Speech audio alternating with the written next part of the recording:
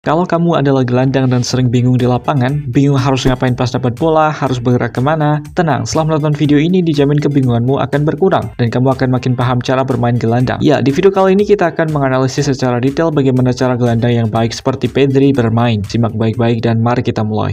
Pedri biasanya mengisi posisi double pivot bersama Marc Casado atau Frenkie de Jong. Di laga melawan Madrid, Pedri berpartner dengan Casado. Barcelona melakukan kick-off dan di sini adalah posisi Pedri dan Casado yang berperan sebagai double pivot. Perhatikan posisi mereka yang sejajar dengan masing-masing menempati ujung area sentral. Casado sedikit bergerak melebar ke kanan untuk memberikan opsi passing dengan membentuk segitiga dengan fullback dan center back.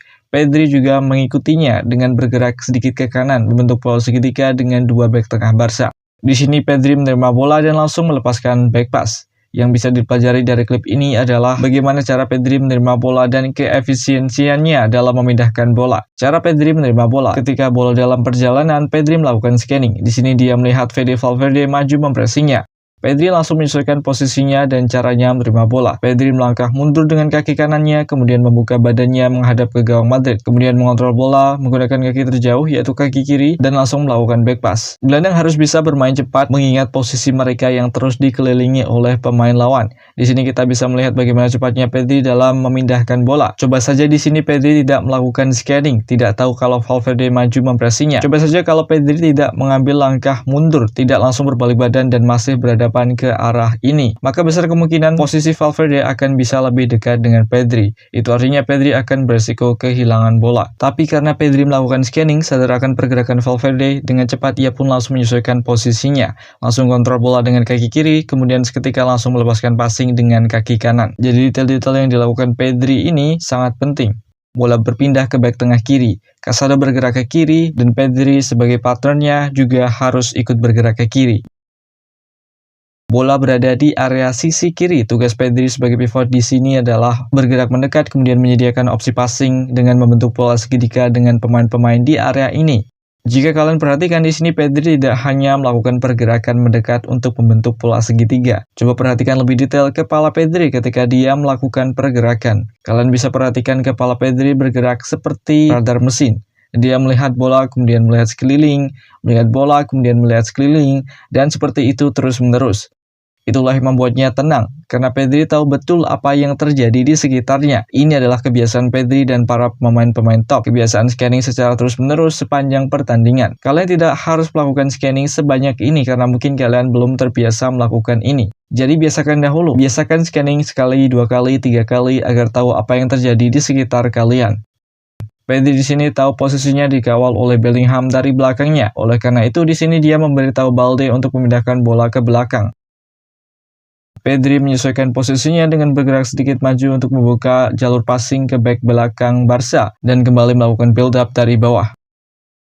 Ketika bola berpindah ke belakang, Pedri kembali menyesuaikan posisinya, bergerak mendekat kemana bola berada, sejajar dengan Casado, dan membentuk pola segitiga dengan back tengah Barca di belakang. Rafinha yang bergerak ke tengah dan turun menarik posisi Lucas Vazquez, menciptakan ruang di sisi kiri. Ruang ini sudah siap dieksploitasi oleh Balde. Mengetahui hal ini, Inigo Martinez kemudian langsung melepaskan umpan ke ruang ini. Di klip ini kalian akan melihat bagaimana cara Pedri melakukan scanning dan mencari ruang.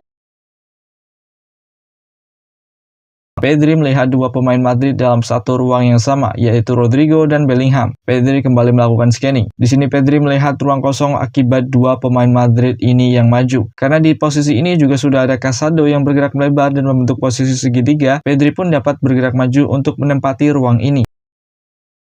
Lihatlah tampak sekilas di area ini seperti sesi ronde pemain Barcelona dengan dua pemain Madrid di dalam dan 4 pemain Barca di luar.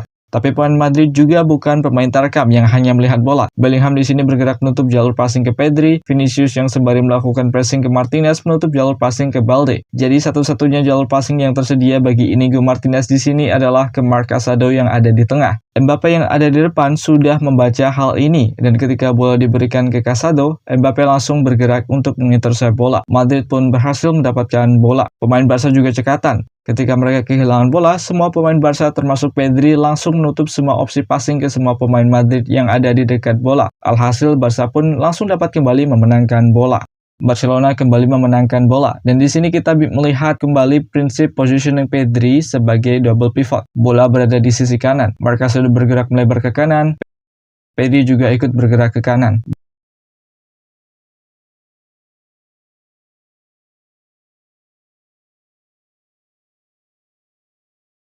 Bola dipindahkan ke bek tengah kanan. Lihatlah apa yang dilakukan oleh Pedri.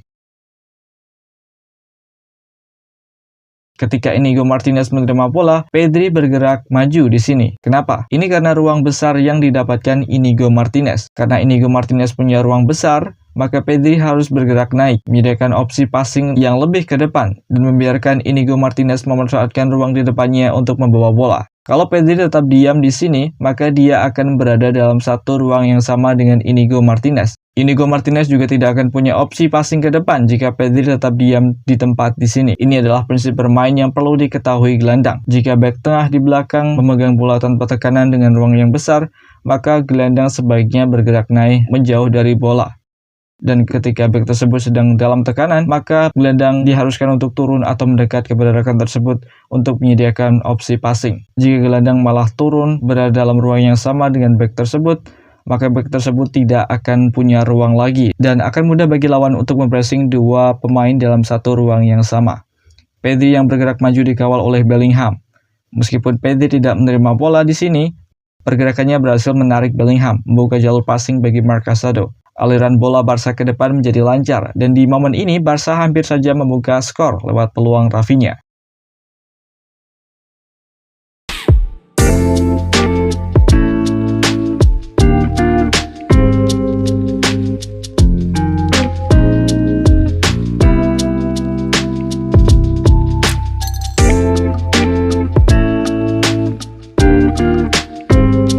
Di klip ini kalian akan melihat bagaimana pemain-pemain Barca memahami pergerakan tanpa bola, ruang, dan pentingnya komunikasi.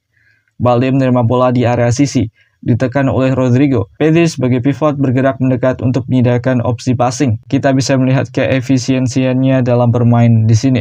Menerima bola dengan tekanan, Pedri mengontrol bola dengan satu kaki, kemudian melepaskan back pass menggunakan kaki lainnya. Setelah passing, Pedri kemudian bergerak turun lebar untuk mendapatkan ruang. Pedri punya ruang di depannya. Perhatikan apa yang dilakukan Pedri. Pedri di sini tidak terburu-buru untuk melakukan passing ke depan, tapi yang dilakukan Pedri adalah mendelay bola. Kenapa Pedri mendelay bola? Karena di sini dia punya ruang dan tanpa tekanan. Dalam posisi ini, posisi rekannya yang ada di depan juga tidak ideal untuk menerima bola atau berisiko. Dengan menahan bola sejenak, seperti yang dilakukan Pedri di sini, memberikan waktu bagi rekan-rekannya untuk bergerak mencari ruang. Rekan-rekan Pedri juga tidak diam saja. Kita bisa melihat Lewandowski di sini turun sembari memberikan instruksi kepada Rafinha untuk bergerak lebih ke tengah, menggantikan posisinya sebagai striker. Marc Casado yang tahu pergerakan Lewandowski yang turun, yang mana ini menciptakan ruang di antara lini tengah dan depan, seketika juga langsung naik menempati ruang tersebut. Yang dilakukan pemain-pemain Barcelona ini disebut dengan rotasi posisi. Lewandowski bergerak turun menempati posisi Pedri, Pedri bergerak ke tengah menempati posisi Casado, Casado menempati posisi Rafinha yang menempati posisi Lewandowski, dan Rafinha menempati posisi Lewandowski yang turun menempati posisi Pedri. Setelah Lewandowski melakukan back pass, Pedri langsung memberikan instruksi kepada Lewandowski untuk segera naik. Sekarang Barcelona bermain dengan Pedri sebagai pivot tunggal, dengan Casado dan Gavi naik menempati ruang antara lini depan dan tengah. Karena Madrid hanya menggunakan satu penyerang yang melakukan pressing, maka back tengah Barca yang lain akan punya ruang. Dalam kasus ini adalah Pau Cubarsí. Di sini Pedri menginstruksikan kepada Pau Cubarsí untuk membawa bola ke depan menggunakan ruang yang ada di depannya. Pedri melakukan scanning. Di sini dia melihat Marc Casado bergerak ke kanan dengan potensi jalur passing terbuka. Jika Pedri terus bergerak ke kanan, maka dia hanya akan memblok jalur passing ke Marc Casado. Oleh karena itu, ketika Pedri tahu ini, Pedri langsung berhenti. Jalur passing ke Marc Casado terbuka, dan Casado langsung memainkan one touch passing ke Gavi. Tapi sayang kontrol tidak sempurna Gavi membuat Barca harus kehilangan bola. Semoga video ini bermanfaat dan sampai jumpa di video selanjutnya.